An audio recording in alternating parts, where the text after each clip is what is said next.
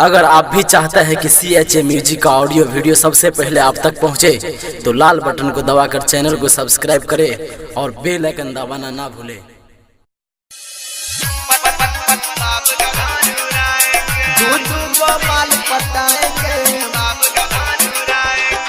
ठीक है। डीजे चंदेश्वर पंडित फुल प्रास चौक ARV production के शानदार प्रस्तुति। ठीक है। एगो विदेशी संग में मौजूद बैरा। ठीक है। एगो विदेशी संग में मौजूद बैरा। ठीक है। दू गो माल पटे बैरे, बाप का पैसा उड़े बैरा। ठीक है। दू गो माल पटे बैरे, बाप का पैसा उड़े बैरा। ठीक है।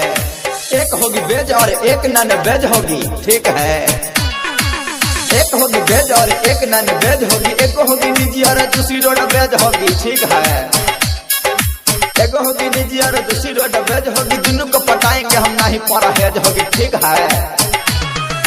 बिना क्लच और एक्सीलेटर दोनों गाड़ी दौड़ाएंगे। ठीक है। घर घरारी बेच के भाई बात सब देश घुमाएंगे। ठीक है। दो गो माल पटाएंगे, बाप का पैसा उड़ाएंगे। ठीक है। दो गो माल पटाएंगे, बाप का पैसा उड़ाएंगे।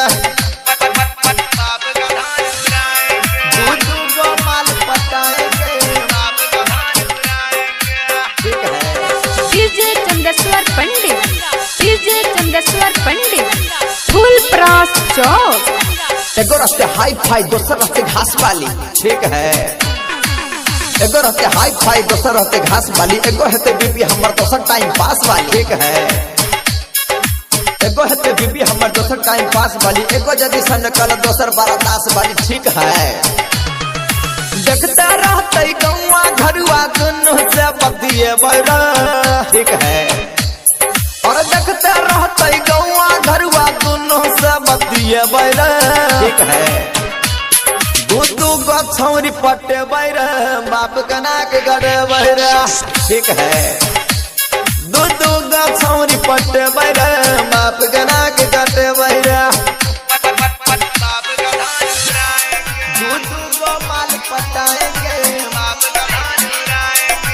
ठीक है। डीजे चंदेश्वर पंडित फुल प्रास चौक ARV प्रोडक्शन के शानदार प्रस्तुति। दू गो जोगार हो बात में सितार हो। ठीक है। दू गो जोगार हो बात में सितार हो। हमरा खातिर सब काम में लाठी लाठी मार हो। ठीक है। बात में सितार हो, सब काम में मार हो। हमारा पतब जाके भाई FIR हो। बुझले कि ना? कहले रात सेवा का दो सब कर हो सौराई रे। ठीक है। कहले शंकर बाया अपन केला गोदाम लुटाई रे। ठीक है। दू गो छौरी पटाएंगे, बाप का नाम हंसाएंगे। ठीक है। दू गो माल पटाएंगे, बाप का धान उड़ाएंगे। डीजे चंदेश्वर पंडित फुल प्रास चौक 91 13 90 67 65।